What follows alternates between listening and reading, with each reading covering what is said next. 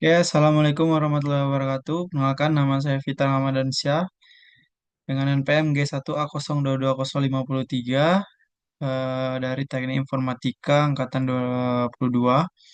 Sini langsung saja saya akan presentasikan ujian akhir semester saya yaitu Fisik Komputer. Langsung saja, yang pertama,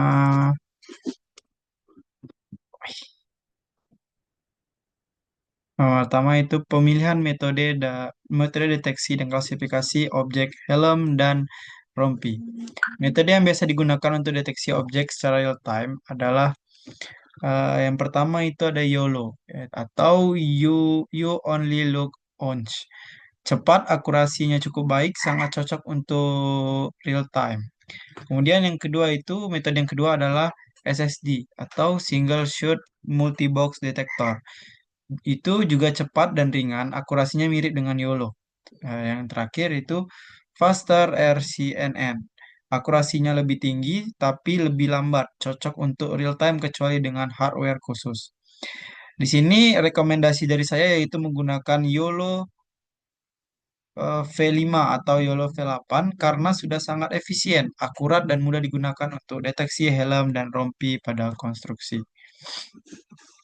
Kemudian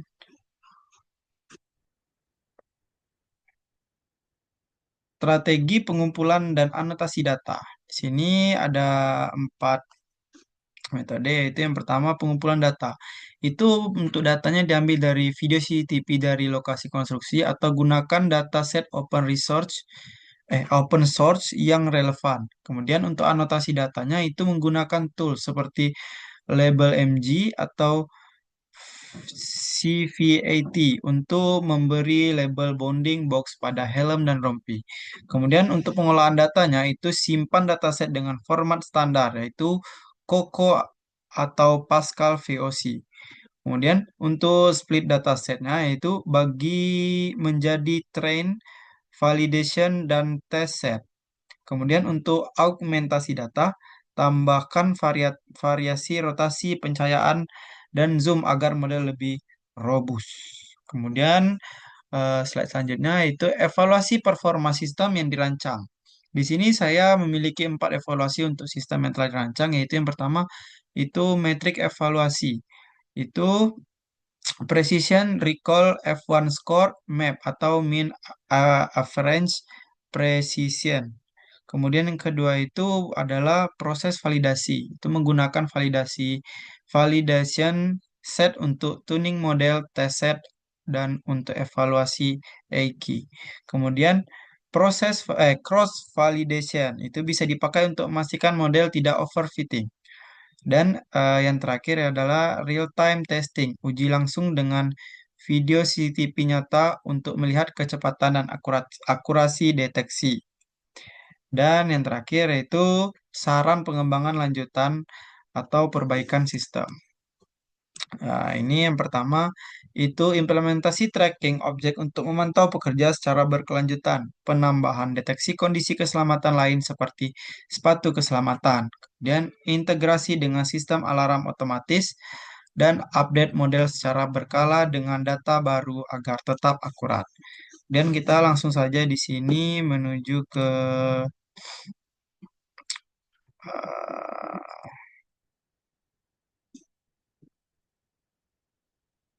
modelnya. Nah, di sini,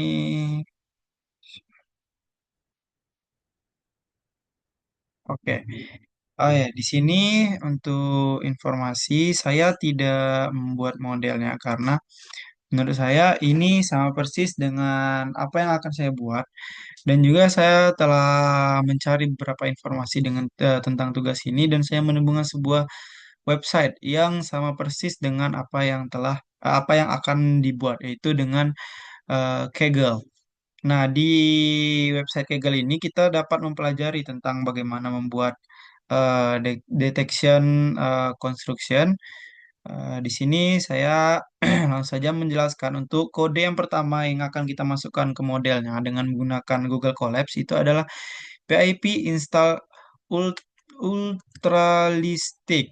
Nah, untuk itu Kode ini berfungsi untuk menginstal Ultralistic, yaitu library resmi untuk YOLO V8 dan jalankan perintahnya di lingkungan Python, misalnya di Jupyter Notebook, Google Colab, atau di terminal.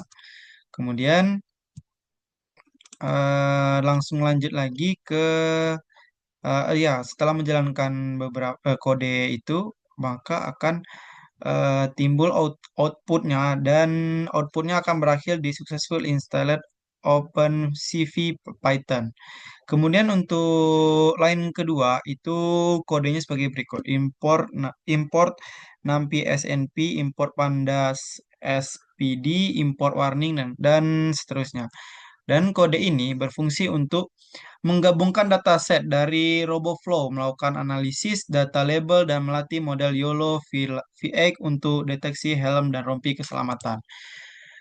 Untuk pengambilan data, di sini saya menggunakan RoboFlow, dan yang akan saya jelaskan setelah saya menjelaskan model ini.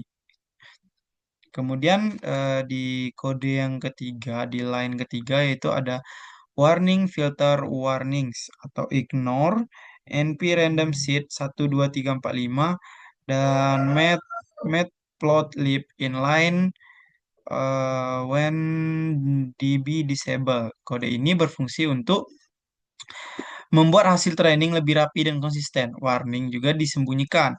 Hasil acak distabilkan dengan seed dan grafik tampil langsung di notebook. Wakes and biases saya matikan karena tidak saya gunakan untuk training model. Kemudian setelah itu ada kode di line keempat, yaitu seperti berikut. Nah, kode ini berfungsi untuk mengambil dataset dari Kaggle dan Word dir untuk menyimpan hasil-hasil yang saya proses seperti file konfigurasi atau output training. Kemudian di line kelimanya itu saya menambahkan kelas. Nah, di sini di Kaggle itu menambahkan tuh 2, 3, 4, 5, 6, 7, 8, 9, 10. Ada 10 data. Di sini yang menggunakan helm, masker, tidak menggunakan helm, tidak menggunakan masker, tidak menggunakan rompi keselamatan, orang, safety cone itu adalah untuk yang di jalan itu, kemudian rompi pekerja, machinery, dan ya mesin, dan vehicle, ya itu. Nah, ini bisa sebenarnya kita ubah ke pada saat jika ingin kita membuat model atau ya model dengan tema yang berbeda, maka kita tinggal ubah kelas-kelasnya di sini. Tapi di line-line berikutnya bakal kita ubah lagi. Nah, yang nanti akan saya jelaskan. Di sini, jika ingin kita merubah seperti yang diperintahkan sama Ibu Ari, itu kita hanya menggunakan hard add, kemudian no hard add, no safety face, dan safety face. Nah, itu. Kemudian setelah kita menjalankan itu, maka lanjut ke line berikutnya, yaitu ini kodenya. Kodenya sebagai berikut. Nah, kode ini berfungsi untuk eh, memberi informasi lokasi data training, validasi, dan testing, serta daftar kelas objek yang ingin dideteksi oleh model YOLO. Nah, setelah itu langsung kita masuk ke line 7-nya. Nah, di line 7 ini kodenya agak sedikit panjang. Tapi jika ingin kita membuat di modelnya, tinggal kita salin aja. Nah, kode di line 7 ini berfungsi untuk menghitung distribusi data label untuk setiap kelas di dataset train, validasi, dan tes. Jadi, kita tahu berapa banyak file yang mengandung objek-objek di setiap kelas, membantu kita juga untuk memeriksa keseimbangan data. Kemudian di line 8-nya itu kodenya sebagai berikut. Dan di line 8 ini kita bertujuan untuk memvisualisasikan distribusi presentasi tiap kelas objek di dataset pada tiga bagian yang telah kita buat di line sebelumnya, yaitu ada train, valid, dan test. Nah, untuk di line ini, maka output yang akan dihasilkan itu berupa diagram batang seperti yang ini, yang ditampilkan di layar. Nah, di sini untuk di bagian trainnya, ini yang paling banyak terdeteksi untuk yang model mendeteksinya itu ada person. Nah, itu ada dengan di jumlah 100 dan juga orang yang memakai helm setiap pekerja konstruksi itu ada 50 orang dan yang memakai masker ada 40 orang. Tidak memakai helm itu ada 55 orang, kemudian tidak memakai helm itu tidak memakai masker itu ada 60 orang, kemudian yang tidak memakai rompi itu ada 70 orang, kemudian safety cone yang terdapat pada konstruksi tersebut ada 20, kemudian safety vest, orang yang memakai rompi keselamatan itu ada 50 orang, kemudian machinery itu ada 80 dan vehicle itu ada 30. Kemudian setelah model menampilkan visualisasi dari apa yang telah kita data yang telah kita berikan itu masuk ke line selanjutnya. Nah, di line ini, di line ke-9 ini kita bertujuan untuk mengecek ukuran gambar di setiap bagian dataset, yaitu train, valid, dan test. Nah, di sini image size ini ukuran gambar di train yaitu ada 60 dan juga 640 dan juga 640. Nah, untuk image size di sini di tiga bagian ini itu sama. Jadi all image have size 640 kali 640. Kemudian masuk ke line 10 itu berfungsi untuk menghitung dan menampilkan jumlah gambar yang ada di setiap bagian dataset. Nah, kemudian setelah itu kita masuk ke line 11. Nah, di line 11 ini kita digunakan untuk melatih model YOLO V8 karena kita menggunakan model YOLO V8 dengan menggunakan bobot yang sudah dilatih sebelumnya yaitu YOLO V8M.PT.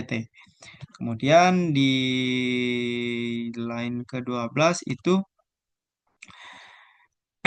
digunakan untuk melatih training model. Jadi setelah kita menginisialisasi, kita langsung melatih model YOLO V8 dengan dataset dan parameter yang sudah ditentukan.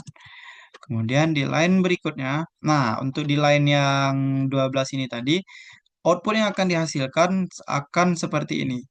Nah, jika pada model tidak seperti ini, maka itu akan kita harus ulang dari awal karena banyak yang ingin kita rubah kalau outputnya tidak sama dengan seperti ini. Dan yang membuat saya untuk langsung saja menuju ke Kaggle, mempresentasikan apa yang sudah ada di Kaggle, karena saya telah menjalankan apa yang di model yang telah saya buat tadi, dan menurut saya akan memakan banyak waktu untuk menunggu, mendownload, memindahkan data epoch. Epoch-nya ini ada, kalau yang saya buat tadi ada 30 epoch dan satu epoch itu untuk mendownloadnya itu 1,5 jam atau ya mendekati 2 jam kan. Dan karena deadline-nya sudah dekat, jadi saya memutuskan untuk mempresentasikan apa yang sudah ada di Kaggle. Dan di epoch ini memiliki 30 epoch. Dan nah, ini telah dijelaskan juga. Selesai dalam 743 jam. Nah, jadi menurut saya agak kurang ya relevan saja untuk mempresentasikan dan membuat model sendiri. Jadi setelah melakukan itu, kemudian kita masuk ke line berikutnya yaitu model sama dengan YOLO atau runs slash detect slash YOLO VM. Nah, kode ini untuk menjalankan proses prediksi deteksi objek menggunakan model YOLO yang sudah dilatih. Kemudian kita langsung lanjut ke result model predict. Nah, kode ini bertujuan untuk menampilkan secara acak beberapa hasil gambar prediksi deteksi objek yang sudah disimpan di folder run slash detect slash predict. Nah, setelah kita menjalankan kode ini dan juga untuk kode yang terakhir ini lumayan panjang dan juga kita harus menunggu selama eh, prosesnya itu tidak dijelaskan di sini, tapi kecepatannya itu 0,5 0,5 ms. Nah, jadi itu lumayan lama. Di ini di kode terakhir itu matplotlib inline dan prediction sama dengan globe.globe. Nah, pokoknya ini kodenya. Jadi kode ini berfungsi untuk menampilkan apa yang sudah dideteksi oleh model melalui data dari CCTV ataupun data gambar yang telah kita berikan. Jadi ini untuk gambar yang pertama itu terdeteksi bahwa dua orang itu satunya tidak memakai helm, kemudian tetapi keduanya itu memakai masker, keduanya juga memakai rompi keselamatan. Kemudian orang ini yang sedang selfie itu tidak memakai helm dan hanya memakai masker.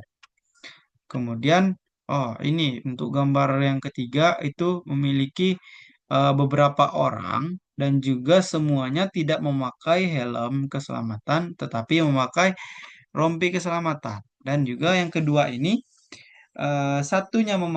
keduanya memakai helm keselamatan, tetapi tidak memakai apa namanya itu, rompi keselamatan. Nah, yang foto terakhir, foto yang ini juga semua orang terdeteksi, tetapi semuanya tidak memakai helm keselamatan dan semuanya memakai rompi keselamatan. Nah, ini orang sedang mendengarkan lagu, itu tidak memakai rompi keselamatan dan juga helm keselamatan.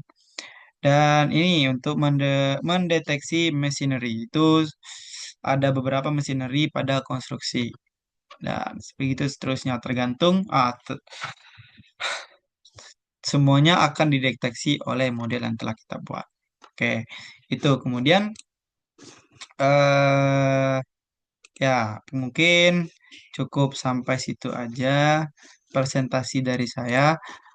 Terima kasih sebelumnya, maaf jika banyak kekurangan. Saya tutup. Wassalamualaikum warahmatullahi wabarakatuh.